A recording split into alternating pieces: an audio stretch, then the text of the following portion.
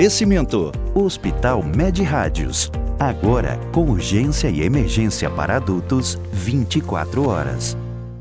Que maravilha estar aqui mais uma vez com vocês que estão aqui sintonizados, né? Que estão ligados na TV Mar, aqui com a gente no programa Conectando. É muito bom estar todos os dias aqui com você, viu?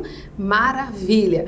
Eu quero agradecer a Med Rádios, o Hospital Med Rádios agora 24 horas para urgência e emergência adulto. Isso mesmo, se você precisar a qualquer hora do dia ou da noite, urgência e emergência adulto no Hospital Med Rádios, que fica na Gruta de Lourdes. Estamos juntos com a Agência Paradise e o endereço está aqui, agenciaparadise.com.br. Você quer um site? Quer uma página de captura para capturar leads aí para o seu negócio digital?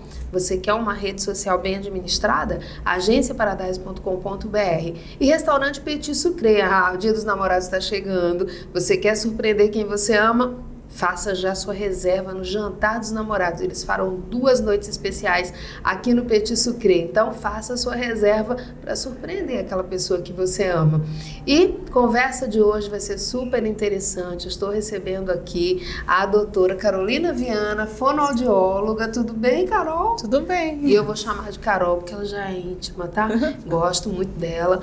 Carol, seja bem-vinda aqui no Conectando. Prazer. Hoje nós vamos falar de disfagia, não é? Disfagia, falando de uma forma simples, é a dificuldade para engolir. Isso. Não é? Exatamente. E quais são os casos onde a disfagia pode acontecer? Principalmente se você apresenta tosse por mais de 15 dias, pigarro, dificuldade para deglutir alimentos, líquido.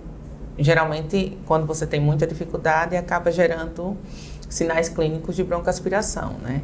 O que a gente não quer é nem uma pneumonia. Então, quando o paciente tem essas alterações, ele acaba tendo uma disfagia. Olha só, e qualquer pessoa pode ter? Ou tem alguns grupos, tem algumas doenças que facilitam o aparecimento da disfagia? Como que isso acontece? Vem de onde, né? Tem algumas patologias que acabam gerando disfagia, como a própria demência, Parkinson, câncer, tem de câncer de cabeça e pescoço, são mais predisponíveis à disfagia. Mas qualquer pessoa pode ter alteração que acha que não é disfagia. Então, independente, às vezes a pessoa engasga. Tô trazendo essa história do engasgo, gente, porque eu acho que é uma coisa mais comum da gente visualizar aqui agora, imaginar, não é? Então, a pessoa costuma almoçar ou jantar ou lanchar, na hora que vai comer, tá sempre engasgando por um motivo ou por outro. Pode ser um sinal de disfagia? Pode sim. Pode ser uma alteração da deglutição, sim, por conta da má, como eu posso dizer, mastigação ou alteração. Às vezes até a gente dá preferência a alimentos mais moles sem entender que aquilo dali pode já ser uma alteração.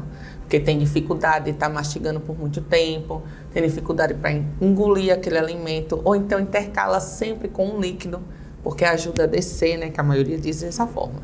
E isso também pode ser uma alteração chamada de disfagia. Então, eu vou pedir a Carol para pontuar, na verdade, né? Para que as pessoas que estão nos assistindo agora possam entender, assim, quais os sinais e sintomas que podem ser de disfagia. Por que a gente diz que pode ser? Porque isso daqui, gente, não é uma consulta. Apesar da gente estar aqui na frente de uma especialista, você não está fazendo uma consulta online agora. Você está tomando conhecimento de um assunto para que você desperte ou para que você possa compartilhar com outras pessoas.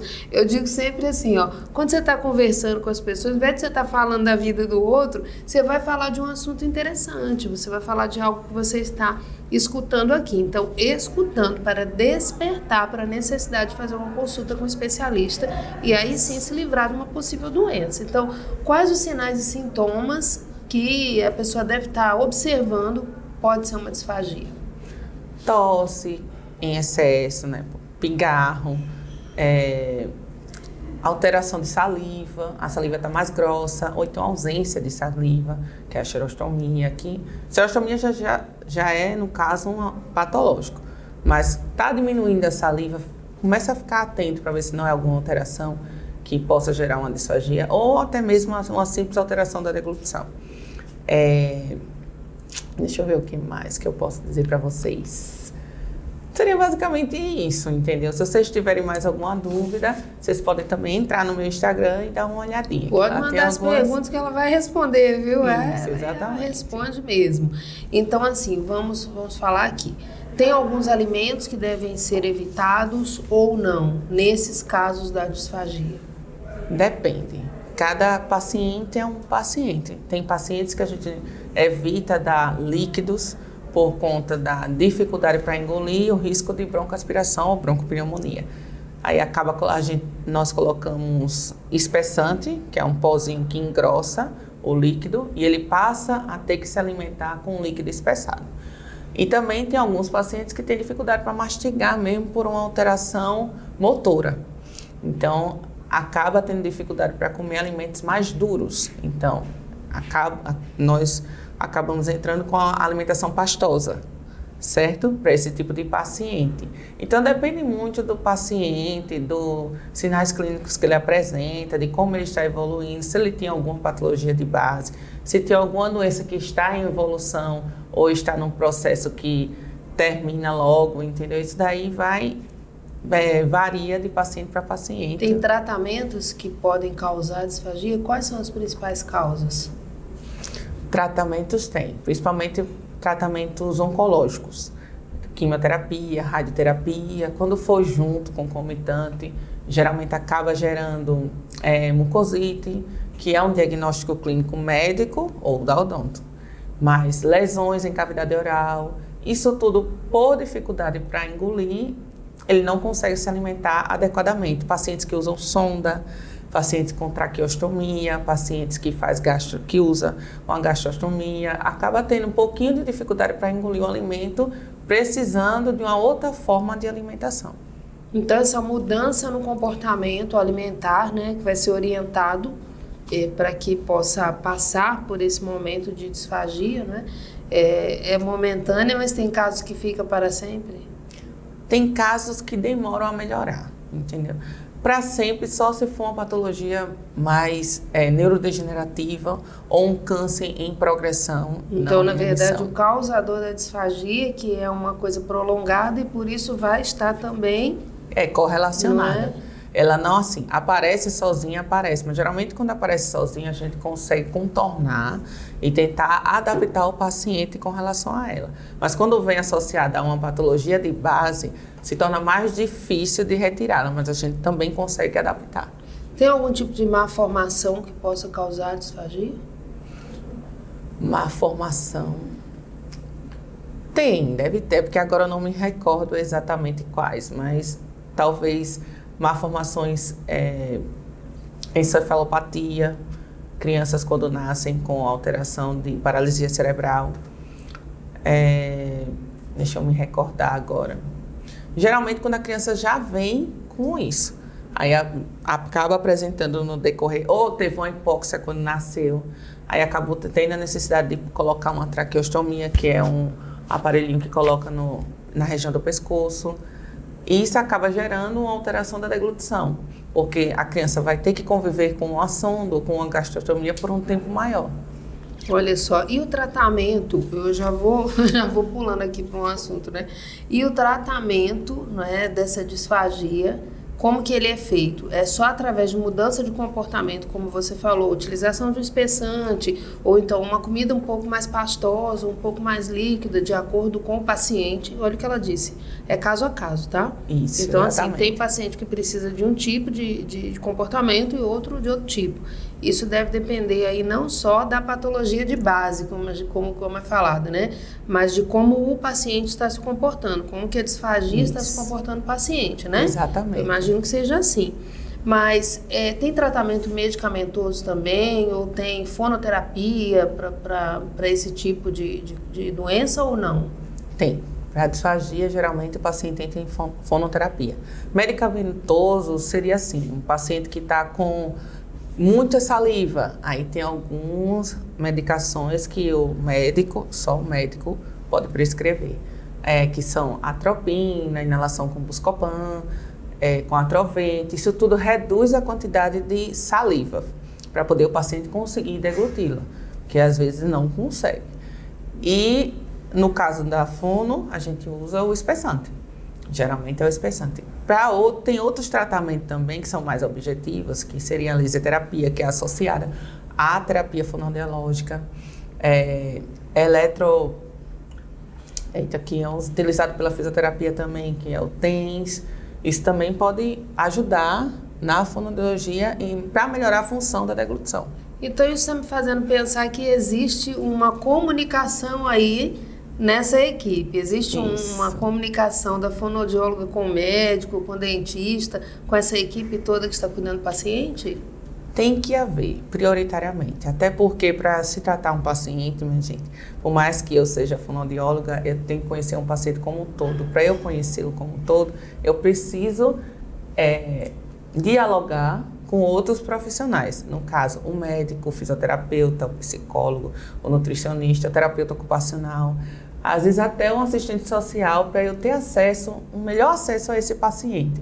Então, é preciso uma equipe interdisciplinar para atendê-lo, sim. Olha só que interessante, né? Saber que esse paciente está sendo cuidado por várias mãos e que essa conversa existe. Eu acho que isso traz uma segurança, uma tranquilidade para o paciente incrível, né? Quando diz assim, não, você vai ter essa interação. Então, o momento da anamnese deve ser um momento muitíssimo importante para que as coisas evoluam de uma forma positiva, né? Com certeza, uma anamnese bem feita, que no caso seria uma avaliação após, dá mais segurança para o atendimento a um paciente e você consegue direcioná-lo melhor ao objetivo final e conduzi-lo melhorando sua função de deglutição ou até mesmo uma outra alteração que ele venha apresentar que a gente precisa intervir também. Tá, então você orienta os pacientes, os familiares, muitas vezes é o familiar que tem que observar, não é? A trazer essas informações, anotar informações, o que é tão importante para ser percebido no ambiente doméstico? Qual a observação, a atenção que o paciente ou que o seu acompanhante precisa ter para trazer que é informação ouro, né, para você, fonoaudiólogo? Isso. Vou relatar um pouquinho falando de idoso. Geralmente, idoso tem um cuidador, ou um cuidador formal ou um cuidador informal, né? O formal seria uma pessoa que vem de fora, que é contratada para cuidar daquela pessoa. E o informal seria a própria família. Então, eles têm que estar observando se o paciente não tem aumento de secreção em região de saliva, se não tem dores nas costas, se não tem febre. Isso tudo pode ocasionar uma disfagia ou uma broncopneumonia. Pacientes que estão com broncopneumonia ou que apresentam broncoaspiração, que gera broncopneumonia, precisam ser internados com urgência, para poder haver uma melhor atuação médica e da equipe nesse paciente. Então, a gente tem que estar atento a tudo isso para que ele não broncoaspire. Que já está evoluindo para um processo inflamatório, né? Isso, para uma patologia, para um sinal clínico pior, entendeu? A gente tem que estar atento a tudo isso. Perceber que o paciente naquele momento está com muita dificuldade para engolir, passou muito tempo comendo ou então está evitando comer certos alimentos. Eu tive um caso agora essa semana que eu estava no hospital, a paciente veio porque desidratou e desnutriu e a família garantindo que ela estava se alimentando bem em casa. Só que aí um dos filhos descobriu que, como ela tinha demência de Alzheimer, ela estava escondendo a comida do lado da cama. Ela cuspia, ela fingia que comia, cuspia, eles não viam. Então, ela estava guardando a comida. Aí ela teve desidratação, desnutrição grave e teve que ser internada. Só porque não estava se alimentando bem. Mas ali já é um processo por conta da doença. Ela esquecia que tinha que comer, que precisava comer, que tinha necessidade de comer, então achava que aquilo dali não era importante. Sentia dificuldade e já eliminava, ninguém observava, né, essa situação através do descarte da comida, né? Exatamente. E ela foi só piorando até chegar ao ponto de não conseguir engolir mais nada, nem a saliva mesmo, estava acumulando em região de garganta mesmo. Olha só, gente, quanta coisa importante, tá? Vou fazer um intervalinho comercial rápido. A gente volta já. Eu estou conversando com a doutora Carolina Viana, ela é fonoaudióloga. Nós estamos falando a respeito da disfagia, que é a dificuldade para engolir de uma forma simples, né? Falando que é a dificuldade para engolir, mas nós estamos aqui, ela está esclarecendo tudo pra gente. Volto já.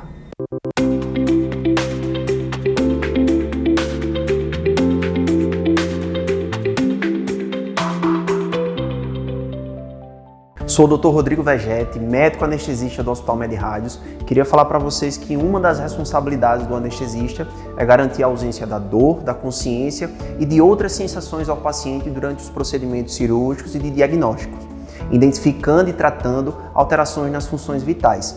Durante todo esse processo, a consulta pré-anestésica é de grande valia. Hospital Med-Radios. Agora com urgência e emergência para adultos 24 horas. Responsável técnico Dr. Ives Bori Costa, CRM AL 5641.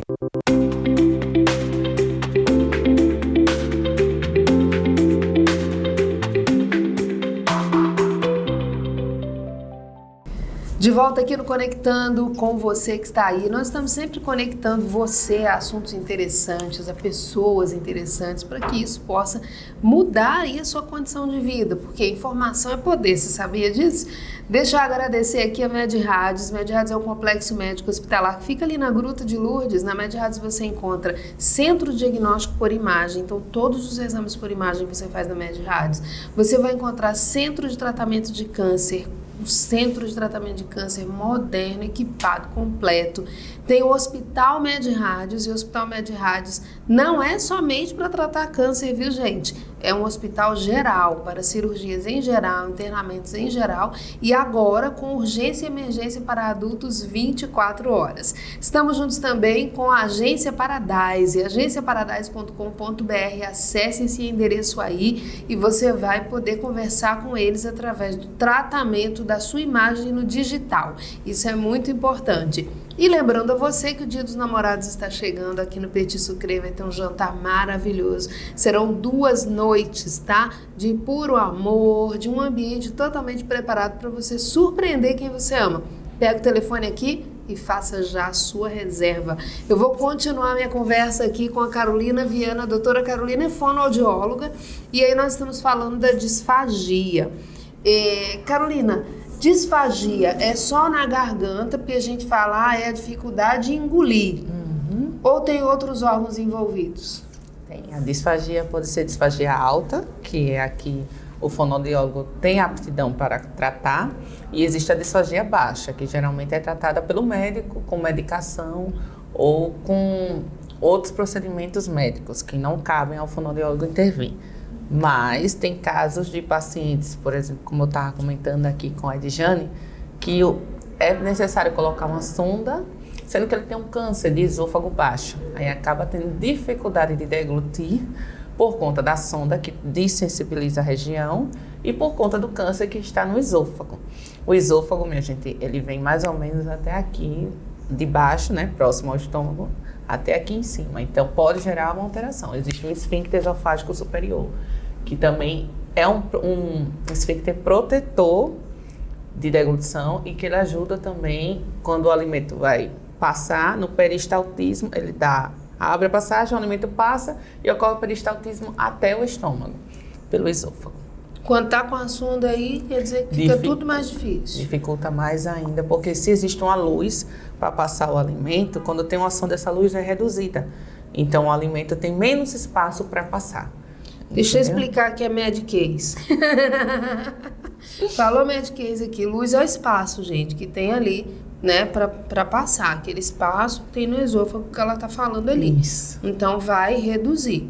E o peristaltismo que ela falou é o movimento que o esôfago vai fazendo e que vai fazendo com que o alimento caminhe, não é? Ali dentro do esôfago. Ele precisa passar pelo esôfago para chegar até o estômago. E aí, qual seria uma saída válida para melhorar a situação para esse paciente? Para esse tipo de paciente, geralmente o médico acaba solicitando uma gastrostomia, que é uma via alternativa de alimentação direto no estômago. É colocado um botãozinho cirúrgico e no local de acesso ao estômago e o alimento é colocado por lá, do mesmo jeito que é colocado pela sonda. Então, ao invés de colocar uma sonda que às vezes vai pelo nariz, às vezes vai pela boca, né? Isso. Coloca uma indo ali direto no estômago. Direto no estômago. O percurso é menor, coloca seu alimento com a seringa e isso facilita muito a vida de alguns pacientes. E poupa o esôfago, então? Pouco. Faz um atalho, vamos dizer assim. Estou traduzindo aqui. Faz um atalho, né? Exatamente. Se o paciente tem um câncer de esôfago, ele já tem um impedimento de descer o alimento. Então, quando se faz um agacho direto no estômago, ele não vai deixar de se nutrir e hidratar, mas vai ser uma alternativa direto no estômago. Carol, existem pessoas que engasgam muito, né? Eu não tô falando pessoas que tenham uma patologia anterior, algo já definido, não. Eu tô dizendo assim, pessoas ditas normais, que engasgam muito na hora da alimentação. Isso pode ser disfagia, então? Pode sim, pode ser uma alteração mínima, que ele não perceba, porque precisa da avaliação otorrinolaringológica. Existe um aparelho que vai até prega vocal, e você consegue, e o otorrino, que é um médico, a especialidade é essa, consegue visualizar melhor essa região para ver se não tem uma alteração estrutural mínima.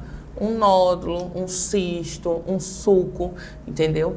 Isso também pode gerar uma alteração da deglutição. Geralmente acaba gerando uma alteração da voz, tá? Mas com outras inadequações e adaptações que nós fazemos naturalmente quando a gente está tentando se alimentar, geralmente comemos rápido, né, minha gente?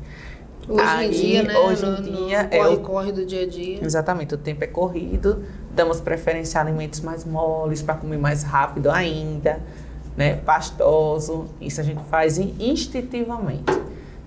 Tem muita gente que prefere comer fast food, né? Que é a comida mais rápida e prática de se comer.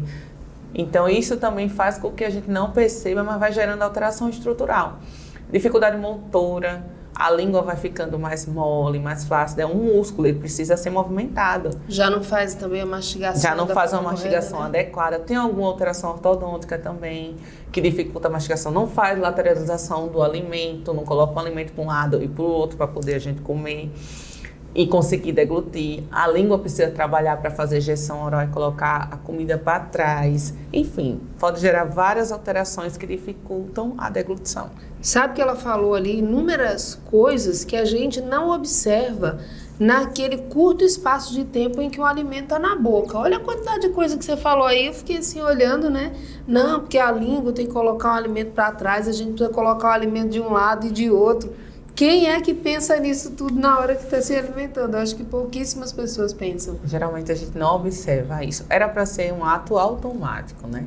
Mas acaba sendo automatizado pelo nosso cérebro e por nós mesmos. Geralmente a comida, quando entra na boca, sem pensar, a gente mastiga e engole. Ou faz amassamento, ou mastiga só numa única direção e engole a comida. Só que aí tem que haver lateralização do alimento. A língua precisa trabalhar. Ela precisa se movimentar para ficar forte e conseguir fazer ejeção anal, colocar o alimento lá para baixo. Até porque a gente, colocando o alimento para baixo, né, acaba gerando a ação da gravidade. Então, a gente, não só da gravidade, a língua ajuda nesse processo. Olha só, e aí foi falado lá antes, no início do programa, essa confusão que a gente faz. Às vezes a gente acha que está com dificuldade para engolir, não é? E vai logo, imediatamente, atrás do alimento que é mole. Isso. E pode piorar essa situação, no caso, né? É verdade. Piorar o engasgo, piorar a avaliação com o profissional, ela é muito importante, né? Geralmente é uma adaptação. Não piora, né? Mas também não melhora. Você acaba se sujeitando a se manter dessa forma, preferindo alimentos mais moles para não ter o trabalho de poder fazer com que a língua se movimente. A gente acaba achando facilidade em se adequar a determinadas situações do que ir em busca da solução. Isso, exatamente. Porque uma terapia fonoaudiológica ajuda bastante nesses casos de pacientes que têm dificuldade motora de língua. Uma especialidade da fono que trabalha com isso é a motricidade oral. Então, ela ajuda muito ao paciente a conseguir deglutir melhor e mais eficaz, sem alterações como tosse, deglutição, engasgo, entendeu? Alteração da deglutição. Dores, né? Dores. Existem pessoas que também sentem dores. Odinofagia, o nome que a gente, o nome técnico, né? O termo técnico, odinofagia, mas é dor ao deglutir. Isso também acontece em muitos pacientes que sentem dificuldade de deglutir. Dor ali quando está almoçando, dói. Agora, a gente precisa lembrar sempre que tem músculo trabalhando, né? Exatamente. E a gente precisa trabalhar da forma correta. Precisa movimentar esses músculos, né? Sorrir, dar beijo, entendeu? Movimentar a língua para cima, para baixo, para um lado e para o outro. Isso tudo faz parte da terapia fonoaudiológica. Há muita importância nisso, Carol. O que eu observo? E eu observo também em mim mesmo, sabe? Assim, ao longo dos anos, né? A gente usa a voz, então, para trabalhar. Eu acho que a gente até movimenta um pouco mais, né? Do que as pessoas que estão sem utilizar tanto assim. Mas o formato muda. Muda. Porque a estrutura, pela ação da gravidade, acaba ficando um pouquinho mais flácida também. Isso faz parte, entendeu? Você vai perdendo. Por isso que existe também a presbifagia, que é uma alteração da deglutição no idoso.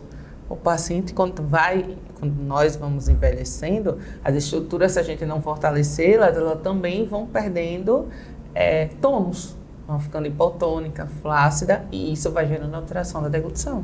Não é só quando já tem uma doença instalada, né? Você tem que se preparar para as fases da vida. Isso, exatamente. Por isso, com a boa alimentação, a alimentação saudável, não interfere só com relação à nossa saúde, mas interfere também com a nossa forma de conseguir adquirir uma melhor saúde. A disfagia, ela só acontece em pessoas adultas e idosas ou acontece também em crianças, adolescentes? Acontece em qualquer idade.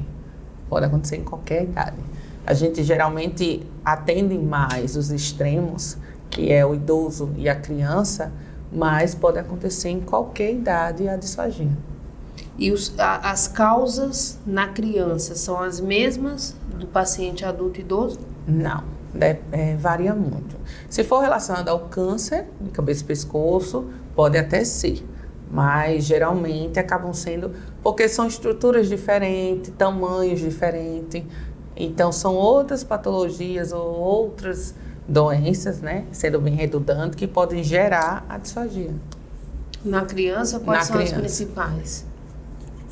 Então, na criança, como eu já tinha dito no início, uma encefalopatia crônica, né, que é uma paralisia cerebral, é uma criança que hoje teve muito por conta da dengue, a microcefalia, entendeu? Sim. Acaba tendo alteração da deglutição também. Uma criança que teve uma hipóxia quando nasceu, acaba também gerando uma alteração, sendo necessário outros dispositivos que interferem na deglutição, como a sonda, a gastro, a traqueostomia, ficam dependentes de O2, algumas crianças também, não só os idosos. Então, assim, oxigênio e a nossa respiração são funções que ajudam a uma melhor deglutição. Estão no mesmo local, no mesmo tubo, respiração, deglutição e fala. Então, assim, qualquer alteração em uma das três pode gerar uma alteração de deglutição, ou uma alteração vocal, ou uma alteração de fala. Olha só, e aí nesses casos você tem que procurar quem? Fonoaudiólogo. E aí ele vai conversar também com o seu médico lá, que você deve também estar sempre visitando um médico. Eu digo sempre, quando a gente visita o médico para cuidar da saúde, a gente vai evitar ter que visitá-lo para cuidar da doença, né? Então é melhor a gente cuidar da saúde da gente. Carolina Viana, fonoaudióloga, agora eu quero que você deixe seus contatos, porque muitas pessoas escutam aqui, assistem o programa, escutam falar sobre as coisas, os acontecimentos e se identificam, não é? Nossa, quer dizer que isso que eu estou sentindo tem nome e tem tratamento, isso é a melhor parte, né? E quem quer conversar um pouco mais com você, como é que faz? Pode entrar no meu Instagram, que Carolina está no processo de mudança agora, mas se você procurar Carolina Viana, você encontra. Pode também procurar o meu número, que é 999927661, eu estou disponível, meu WhatsApp. Pode, em horário comercial, pode entrar em contato comigo, que eu responderei. Enfim, seriam mais ou menos esses dois modos de me encontrar. Que coisa boa, eu agradeço a sua presença aqui. Eu também amei estar aqui com você. Coisa boa, né, gente? Essa conversa, que maravilha contar com você aí. Eu quero dizer o seguinte, amanhã tem mais, a gente tem mais esse bate-papo, a gente vai continuar se conectando aqui através da TV Mar.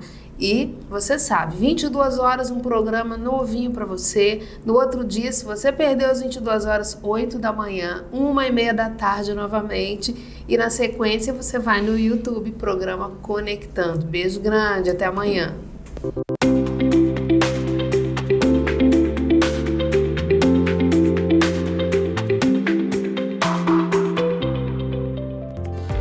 Oferecimento: Hospital Med Rádios. Agora com urgência e emergência para adultos 24 horas.